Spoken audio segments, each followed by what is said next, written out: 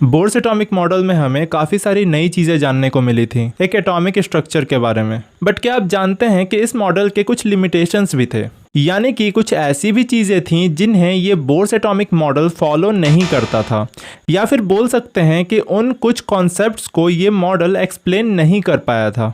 तो चलिए अब देख लेते हैं कि वो कौन कौन से लिमिटेशंस थे। तो जो फर्स्ट लिमिटेशन था वो था कि this model fails to explain about finer details of hydrogen atomic spectrum which is observed by sophisticated spectroscopic techniques.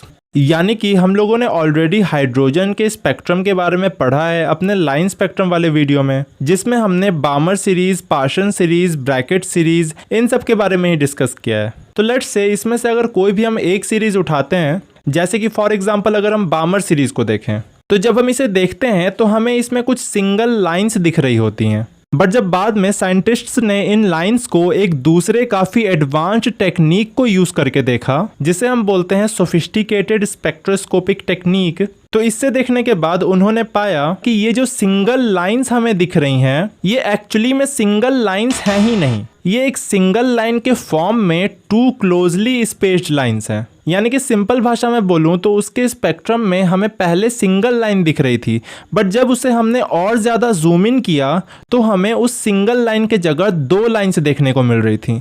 It means उस सिंगल लाइन के अंदर भी दो लाइंस छुपी हुई थी, जिन्हें हम डबलेट्स भी बोलते हैं। तो यही जो सिंगल लाइन है ये स्पेक्ट्रोस्कोपिक लेवल पर स्प्लिट होकर डबलेट्स क्यों बना दे रही हैं, यही बात बोर्स एटॉमिक मॉडल एक्सप्लेन नहीं कर पाया था। तो अब इसके बाद इसका जो सेकेंड लिमिटेशन है वो है कि this model also could not explain the line spectra of atoms containing more than one electron called multi electron atom.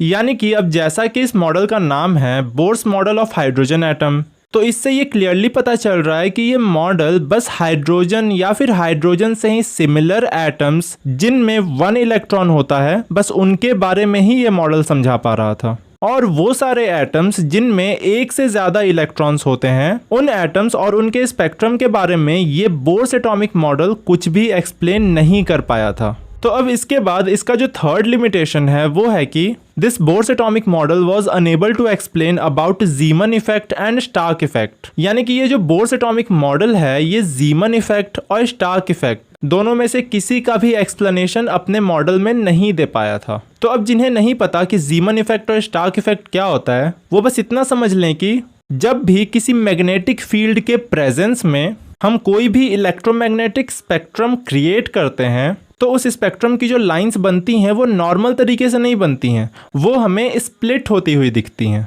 और ये स्प्लिटिंग होता है ऑब्वियसली यहाँ प्रेजेंट मैग्नेटिक फील्ड के वजह से।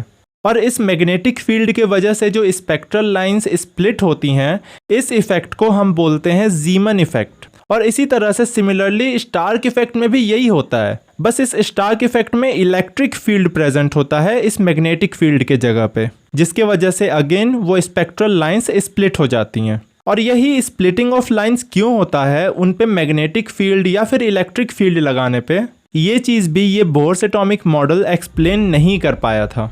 तो अब इसके बाद जो फोर्थ एंड लास्ट लिमिटेशन है वो है कि this Bohr's atomic model was also unable to explain the ability of an atom to form molecules by chemical bonds.